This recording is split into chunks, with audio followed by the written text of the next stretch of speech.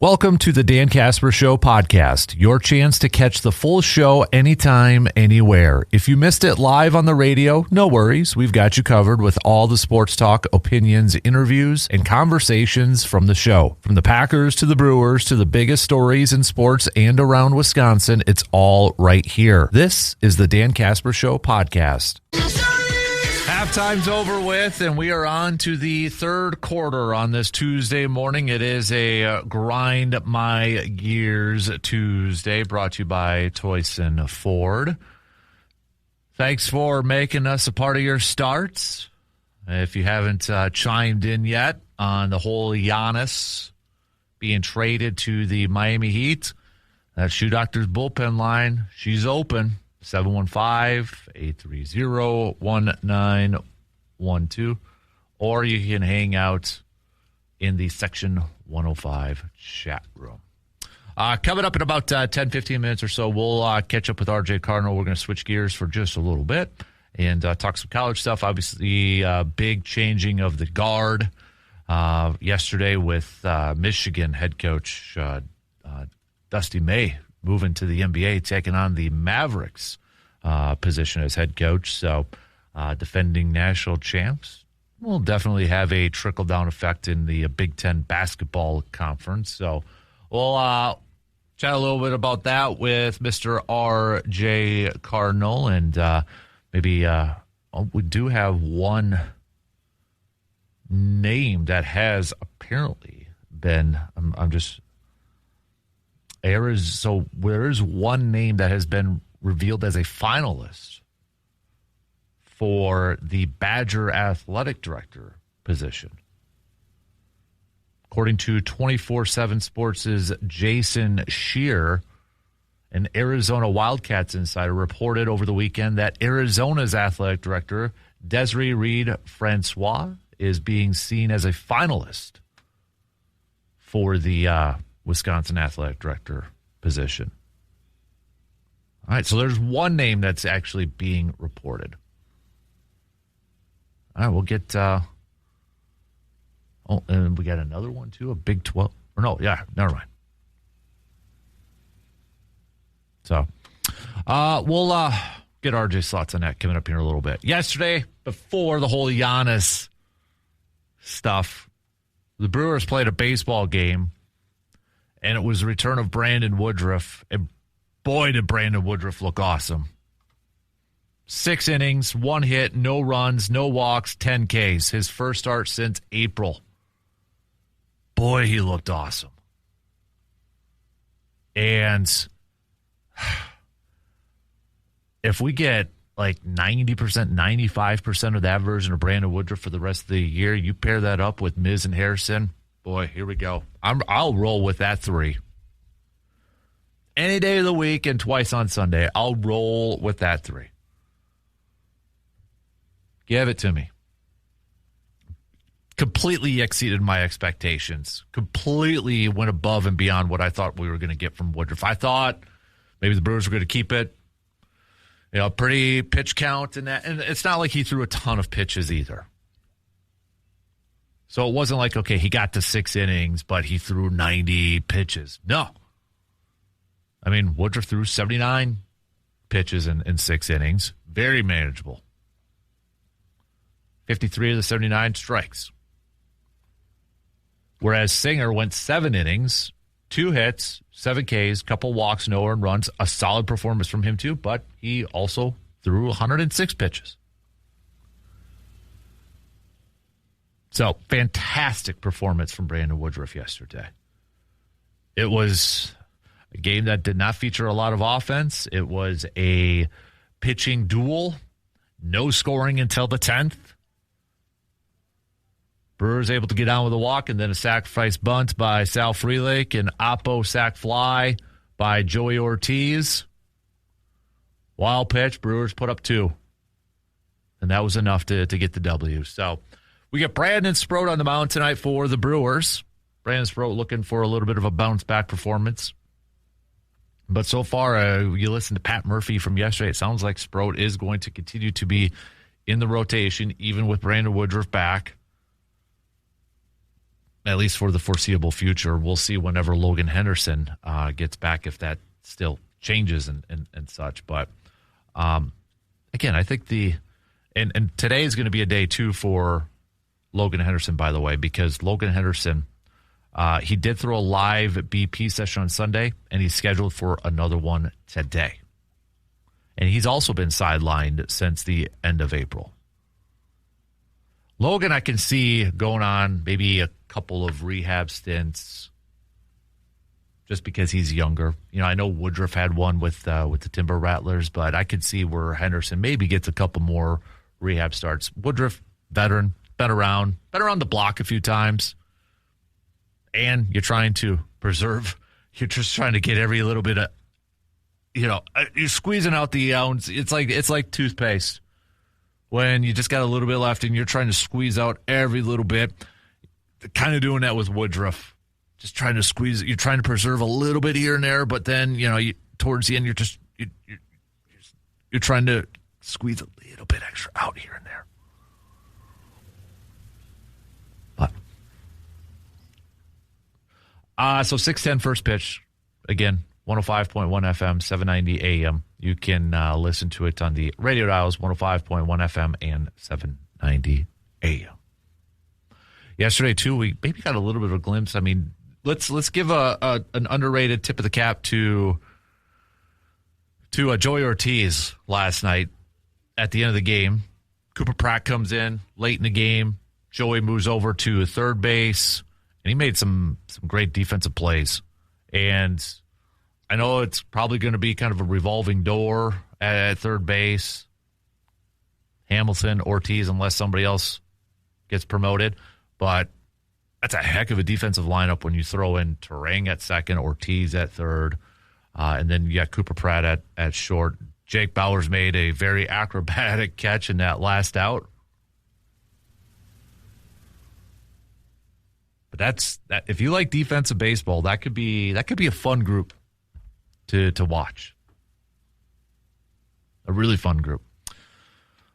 All right, Rando, I'm not saying the Brew Crew is World Series bound, but I'm saying they have a strong starting rotation the way they are pitching right now. If you are into power rankings, it's still top three, same top three. Mixture of Braves, Dodgers, Brewers. MLB.com, though. MLB's power rankings, by the way. But on the cusp of the season's halfway point, here's 11 things that, according to MLB.com, 11 takeaways from the first half of the season. It says Paul Skeens won't easily cede his NL Cy Young Award in the second half, but so far he hasn't asserted himself in a stacked field that includes Jacob Mizorowski. Also Christopher Sanchez, Ohtani, Chase Burns, Chris Sale, Yamamoto, Max Meyer, and others. The NL race could be an all-timer. Oh, yeah. It also says at this point we probably shouldn't put it past Vogt and Murphy to win again, but an upstart season to the White Sox and then, of course, the Braves. But right now, they're probably not going to unless the Braves have an epic collapse. Then maybe Murphy gets back in it to win. Can you imagine if he won it 3 years in a row? Just for crying out loud, yeah. But Brewer sense, number 6, their takeaway says, the Brewers and Mizorowski cannot be contained. We know better than to be surprised by what the Brewers are doing as they maintain an NL Central edge with one of the best run differentials in the sport. They've reached the postseason 7 of the last 8 seasons and won the division in 5 of them. But this organization's continued ability to shed important pieces while remaining relevant is a marvel. 2 of the Brewers' top 3 in pitching WAR leaders last year were Freddie Peralta and Quinn Priester. The former was traded to the Mets. The latter won't throw a pitch this season because of an injury, and it hasn't mattered at all.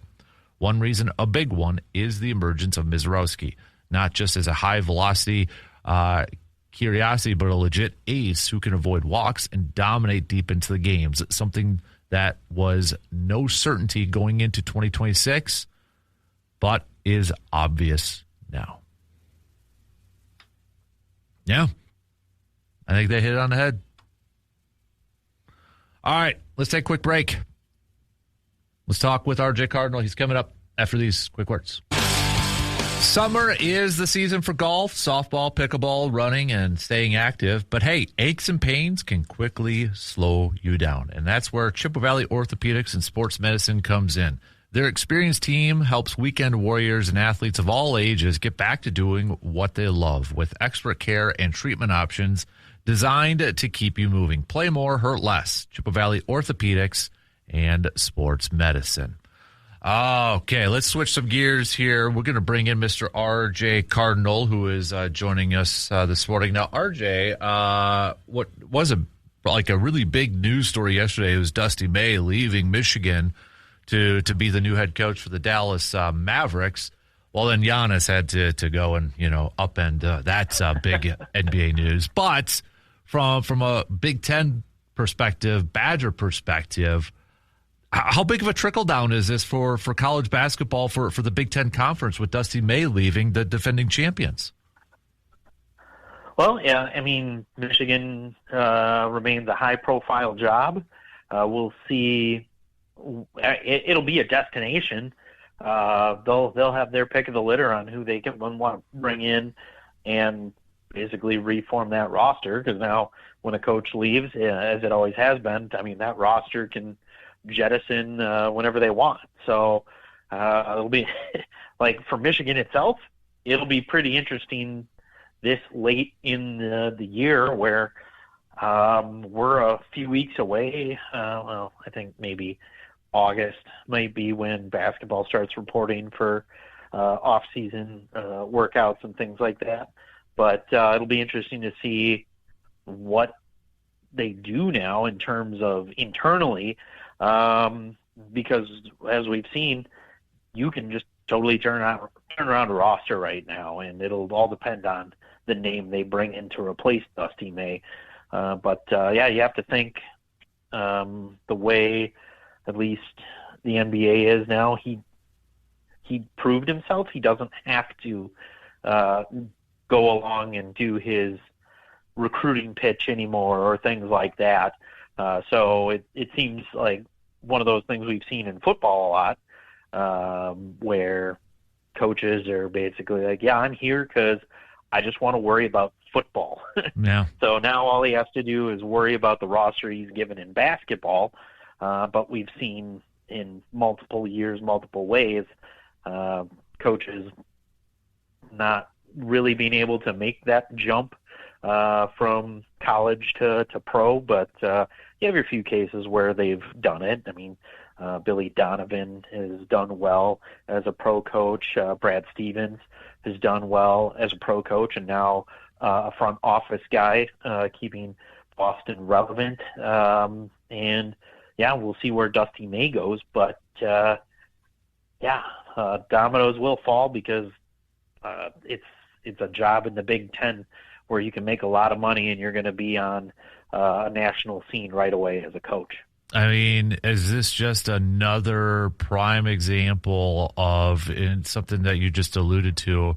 Of a high-profile coach at a marquee program that says, I don't like the state of where college basketball is. I don't know what it's going to be like tomorrow, next week, and 5 years from now. I mean, this has just got to be another hit to the NCAA as a whole to see a defending national champion and a younger coach going to the pros because, by all accounts, he maybe doesn't like the landscape of college basketball or college sports in general. Yeah, very well could be, and who knows, whenever his introductory press conference comes out, we might hear exactly that, or he might say, I won a national championship, and I want to challenge myself and see what I can do at the pro level to see if I can win a world championship.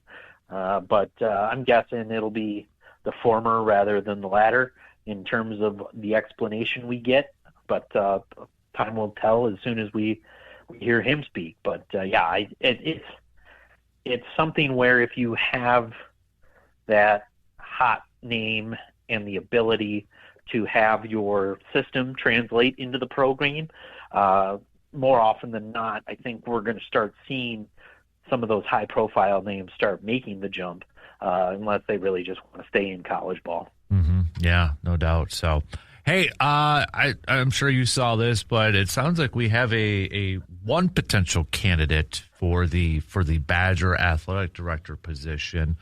This comes from 24/7 Sports, I believe. But one name is the Arizona athletic director, Desiree Reed Francois, I believe is how you pronounce her last name. She's the current athletic director at the University of Arizona. She's also been the athletic director at Missouri. From what you know, from what you read, what's your first impressions about if this is a finalist for the Badger athletic director position? Well, in terms of fundraising, it does seem like a good option, both at Missouri and now at Arizona. She's been able to take some deficits and create a bit of a surplus of cash for the athletics departments she's been at, so that's awesome to see. I guess she was having some trouble with contract negotiations with the basketball. Yeah, coach? Lloyd. Oh, yeah.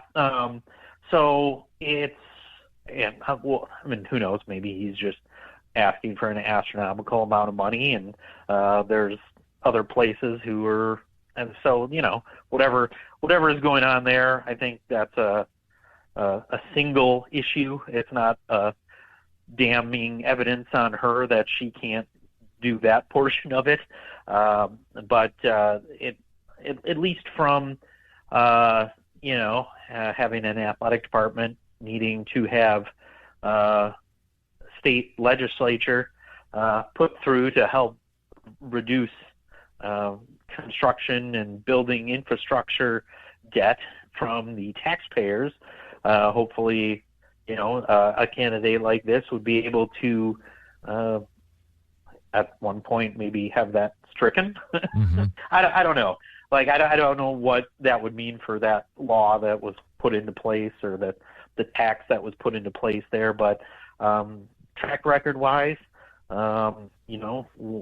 with the influx of cash, Missouri's teams are competitive. Arizona's teams have been competitive. So it's looking with at least an athletic director who can bring in money and field competitive athletics. So, yeah, I mean, you can't not like it. Mm-hmm. It's a name, I think, coming out of nowhere, mostly because most people are looking back and thinking of Wisconsin connections on where people would come from and things like that. Or, like we've talked about before, there's still people who want a figurehead out there, or somebody in the business world. But I think with an experienced athletic director who has a track record of bringing in donor money, it's a good place to start, or at least have a name that we can start looking at and potentially now speculate on who else might they be looking at. Mm-hmm. But yeah, I mean, have I heard of her before the last 24, 48 hours? No, not really. But it's a pleasant surprise to read about her track record. So kind of what you were saying there a little bit, does that maybe kind of give you the impression of maybe the background that they're looking for? Does that kind of reinforce what you thought they would be looking for in terms of an athletic director, or what you were hoping for, especially when it comes to like budgeting and fundraising, given this new wave of college sports? Yeah, because I think we now know it up until after this last football season, it doesn't sound like it was there at all. Mm-hmm. So I think it's going to be looking very hard at athletic departments that are making money and have seen improved athletics under said athletic directors, or it could be somebody who's a very successful business person.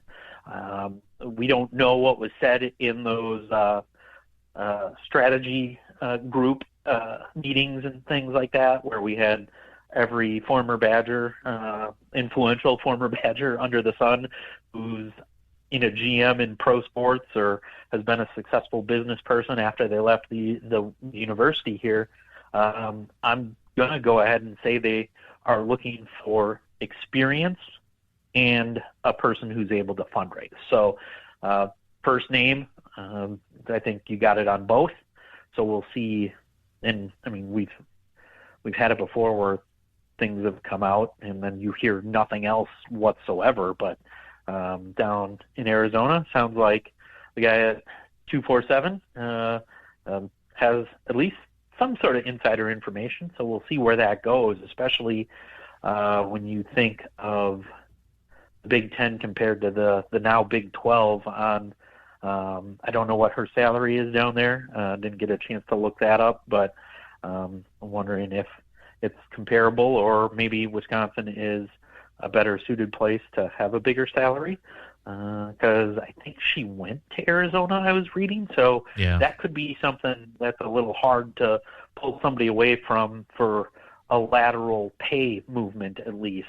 Overall, athletically, you have to think Wisconsin might be a better move. But you can also look at it, and if you're going full athletic department, Arizona's got some good Olympic sports. The women's teams are pretty good down there, but Wisconsin's got to be seen as hopefully a step up when you think of moving into the Big Ten in terms of at least power in college athletics, conference-wide, not specifically Wisconsin right now, but that could be just a football thing. The one thing I wanted to ask you, and I know I was reading this online too, where there was a blog post that, hey, this could be a potential red flag for her that maybe Badgers fans should be worried about, is because it goes back to Lloyd with that Tommy Lloyd with his contract negotiation, where apparently now he just reports directly to the president of the university instead of her. Like, he still has to go through her with athletic related stuff, but when it comes to budgets and performance and that, it's through the president, which some are making a claim, hey, that's a red flag when it comes to an athletic director. Do you think that's a little over-exaggeration without knowing like maybe the full scale, full story? Because, like what you mentioned a little bit earlier, it seemed like it was kind of a weird contract negotiation because he was really open about wanting a new deal and being paid more with North Carolina kind of waiting in the wings. Do you think this is maybe that red flag is a little bit overblown, or is that a concern for you? Well, I mean, without having dove into it a little too much more than the surface level here, it could just be an isolated incident. And this could be something where it became contentious between the two. And now, quite frankly, she didn't go ahead and just fire the guy like some athletic directors would do because there was an argument over something.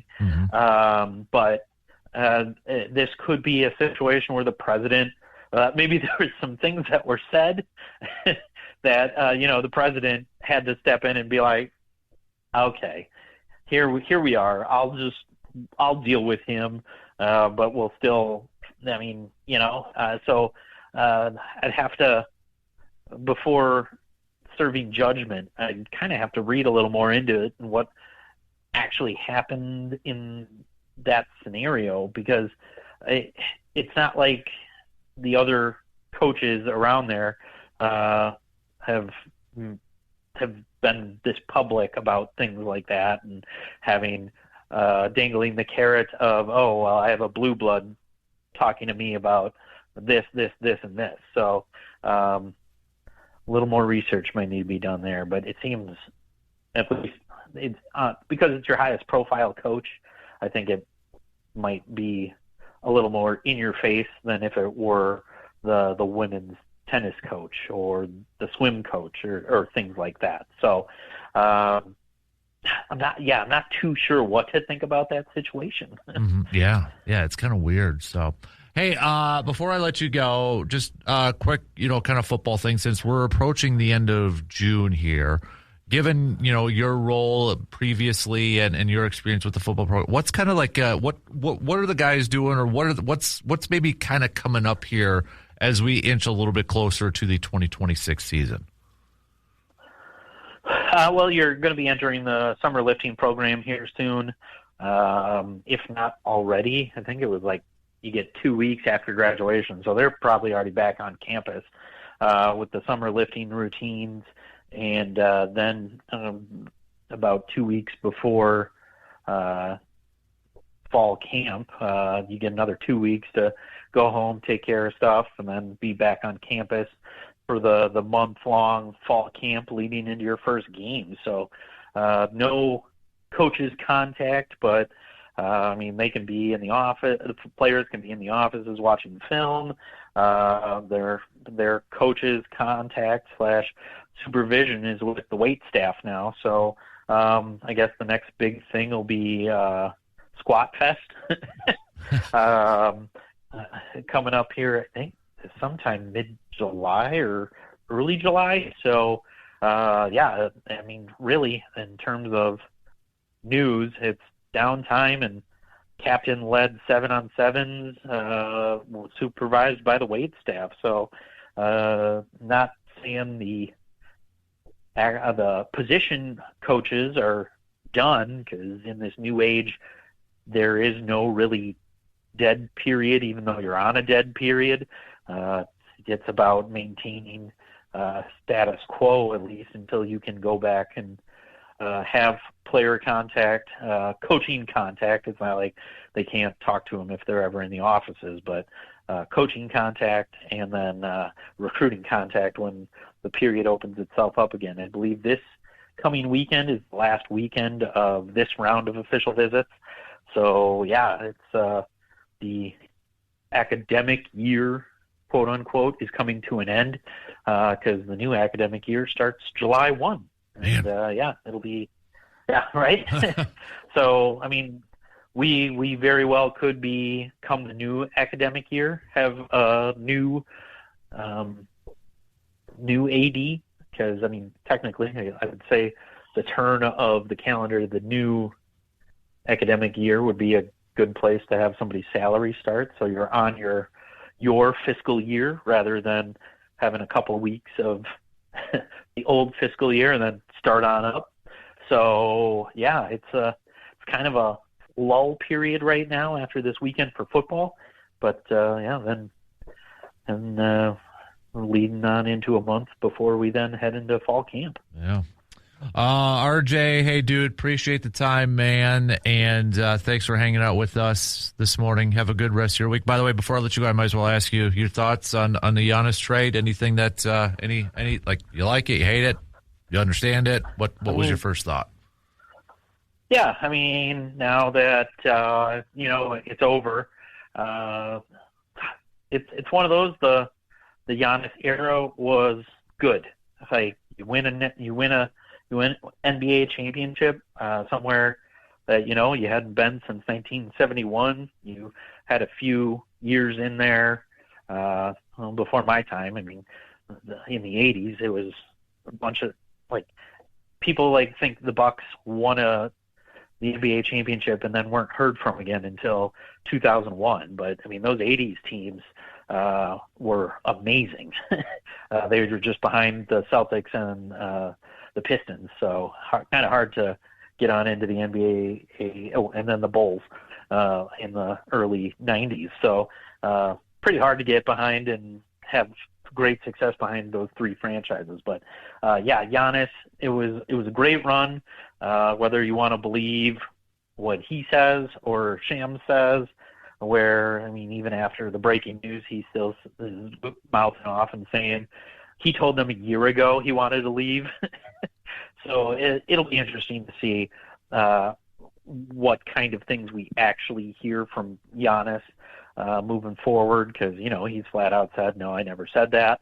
But my people might be talking to people who have said that. So it's the he said, she said kind of thing going on here. I just don't need Shams taking a victory lap because he's been saying it for 5 years. I mean, right. If I said something for 5 years straight and it finally happened, it's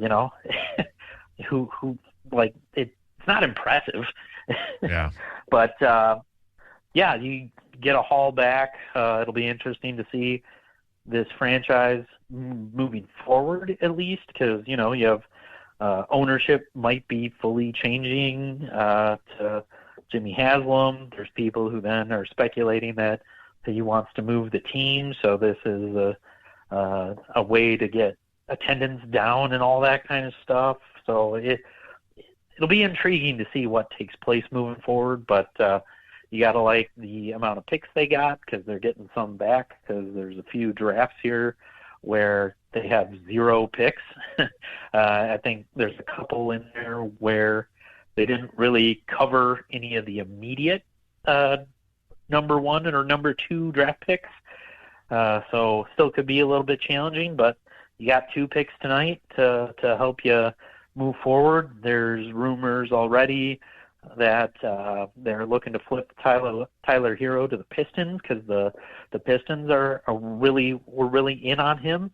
So we'll see how that goes because he's got 1 year left. Yeah. And apparently, according to sources like his brother, who was tweeting yesterday, he wants to, if he got traded here, he'd want to stay and be the hometown hero. So, but yeah, it'll be interesting to see what plays out because who knows if that trade goes on during the draft tonight and we get the rights to another pick, or if it'll be after the draft and you see a player swap in terms of Tyler Hero. So, yeah, just overall an interesting night into today on all the news breaking and how it was finally agreed upon. So, yeah, it'll be another Pat Riley move because he got Alonzo Mourning from the Hornets back in the day when he took over. He got LeBron. He got Shaq. He got now Giannis. So it'll be interesting to see.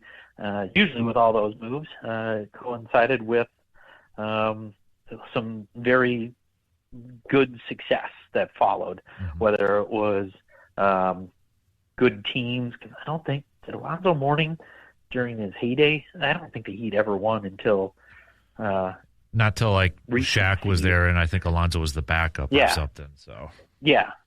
So I mean, Alonzo Mourning, good pickup, just didn't turn into the NBA championship that people thought it would at the time. But I blame a guy named Michael Jordan for that.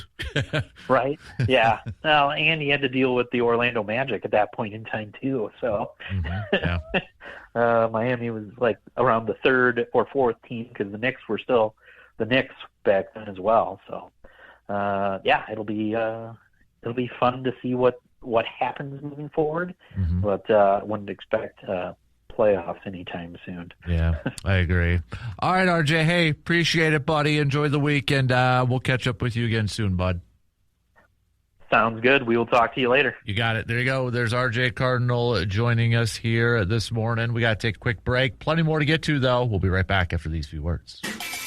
Summer is here, and that means it is the perfect time to give your home a fresh new look with the help from Carpet City Flooring Center in Eau Claire. Whether you are updating a family room, finishing a basement, refreshing a bedroom, or finally tackling that remodeling project that you have been putting off, Carpet City Flooring Center has the flooring options you're looking for. From beautiful luxury vinyl planks to carpet and tile and more, you will find quality products and expert guidance every single step of the way.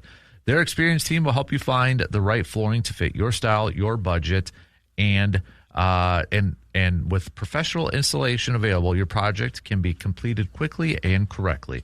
Make this summer the summer that you transform your home. Stop on into Carpet City Flooring Center in Eau Claire today and discover why so many area homeowners trust Carpet City Flooring Center for all of their flooring needs. You can continue to send us your thoughts on the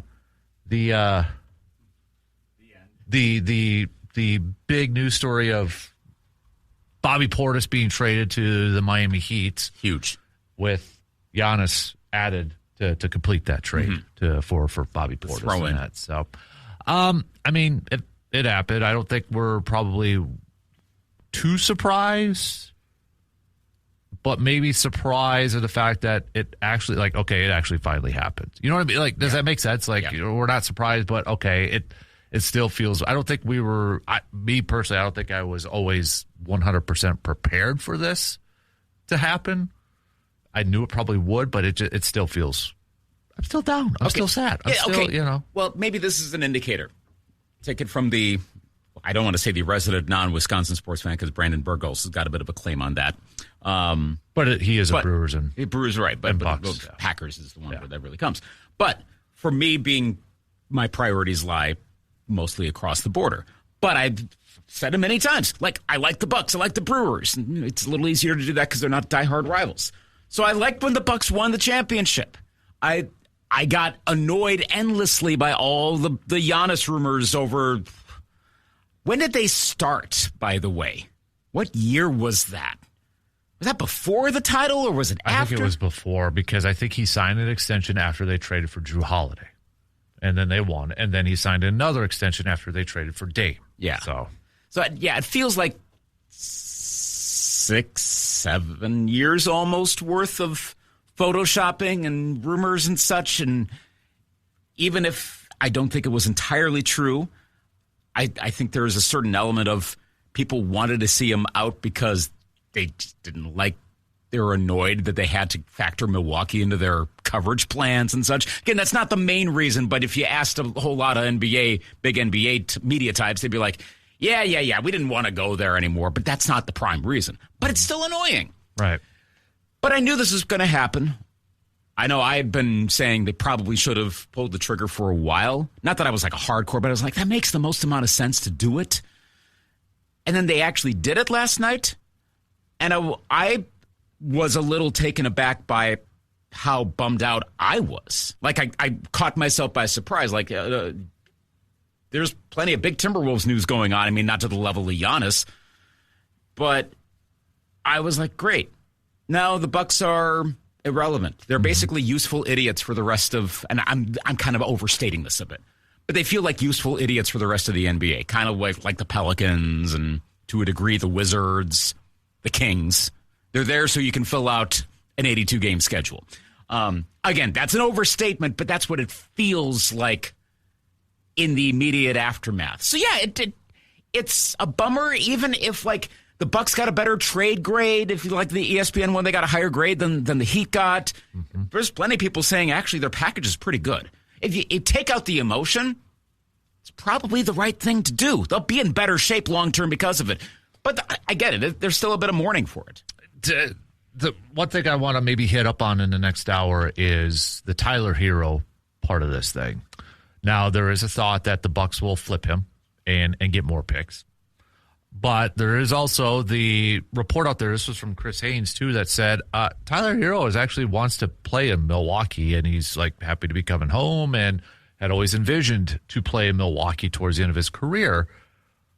So I'd like to ask Bucks fans, would you rather trade him for probably like a mid to late first round pick, whether it's this year or next year's draft, or extend him and have the hometown kid for the next few years? Like, what would be, you're going to get a guy that averaged 20 points a game last year. You know he's an offensive guy. You know the production you're going to get from him. Is he a number one option? I think we could all say probably not. No. But do you like the nice story of Tyler Hero coming back to the state of Wisconsin, and he actually wants to play for the Bucks, reportedly? Mm-hmm. Not just be in Wisconsin. I mean, Giannis didn't want to play for the Bucks. Yeah. He liked Milwaukee. He just didn't want to play for the Bucks organization as they were currently set up to win. Yeah. Okay, I'm trying to think of a comparable situation of beloved player leaves, who kind of likes being around, hometown guy wants to come back, and it feels like, yeah, but who's the other? Is there another Wisconsin example of that? Like, can you think of like if Caron Butler? No. Yeah, I'd have I mean, to think this about is that. going a ways back, but it almost feels like, what if Robin Yount had wanted out in like 1988, 89? Well, but then there was some Wisconsinite player. Like, what if Jim Gander wasn't seen that? I'm doing too many what-ifs. And then he wanted to come back. You're like, well, that's cool, but you're not Robin Yount. That's kind of what the Giannis Hero thing feels like. Yeah, it's weird because, though, too, Tyler Hero was almost a villain. Well, it's kind of a villain at the beginning. Yeah. He commits from Wisconsin to go to Kentucky, and rest is his, and now it comes back, and he's playing for the Heat too. That doesn't help. I mean, if Right. you're playing for the Heat, that's right. Yeah. Right. Yeah. Can you imagine if it was like Tyrese Halliburton? oh gosh. That one would be interesting. But so think about that for a little bit, because I do got to play a little catch up. We got to take a quick break. By the way, did you see the new PGA Tour? Yes. I want to hit that up. Yes. There's like 2 series now coming, PGA golf fans. Promotion and relegation. Yeah. They're doing it. They are. So interesting. And Tiger's already tweeted he's in favor of this. So teed up. We're actually hearing from Tiger Woods. We Maybe are. that's the big story here. We are hearing from Tiger Woods. So we'll hit that up coming up in the next hour here, too. So lots more to get to here. We'll be right back in just a couple minutes. Just a couple minutes left to the top. John with a quick question. So with the sports media getting what they wanted and that Giannis is out of Milwaukee, hey, let's don't lump us all in there. First, I didn't want it to happen. I didn't want it. I don't think Luke wanted it either. Not entirely. No. What or who is the next big NBA player that the media is going to push out of their current city? Do you think it'll be Anthony Edwards being pushed out of Minnesota next? I think that's a very good there's a good chance of it. I already saw one of the non-sports people, but he's a Knicks fan that I follow on social media, did like hey, it's a second championship parade. Screenshots of all the upset rumors of upset players, Anthony Edwards being one of them. But I didn't hear about it. This wasn't pushed to my notification, so I'm wondering a bit, was it from Windhorst saying that he's upset about Karl Anthony Towns, and so now he might want out or something? But that was via front NBA. Okay, wait a minute. What? There's enough of that out there, but that's amongst a whole lot of others. Mm-hmm. So honestly, it's spin the wheel of NBA stars, and whomever it lands on has got as good a chance of any. Even though I think the offseason will tell a fair amount about the Timberwolves, and we can analyze the Julius Randle thing because that has meaning for that. First and foremost, it's Jaylen Brown. That's an issue in Boston right now. Yep. He's been talked about a whole lot of moving, and supposedly there are issues with the front office right now. I don't know that Jaylen Brown's going anywhere this offseason, but that seems to be the most disgruntled player at the moment. Outside of the occasional thing you hear or there, I haven't heard anything about Anthony Edwards. But I would not be surprised if that rises to the top at some point if it comes out of nowhere. Mm-hmm. Really quick, WIAA notes. I only got about 30 seconds here. The Board of Control improved the implementation of a 35-second shot clock for boys and girls varsity basketball beginning with the 28-29 season. This will now go to a full membership vote at the 2027 annual meeting for final approval prior to implementation due to the cost imposed on member schools. Starting in the 26-27 season, though, a 35-second shot clock may be used with mutual agreement for boys and girls varsity level non-conference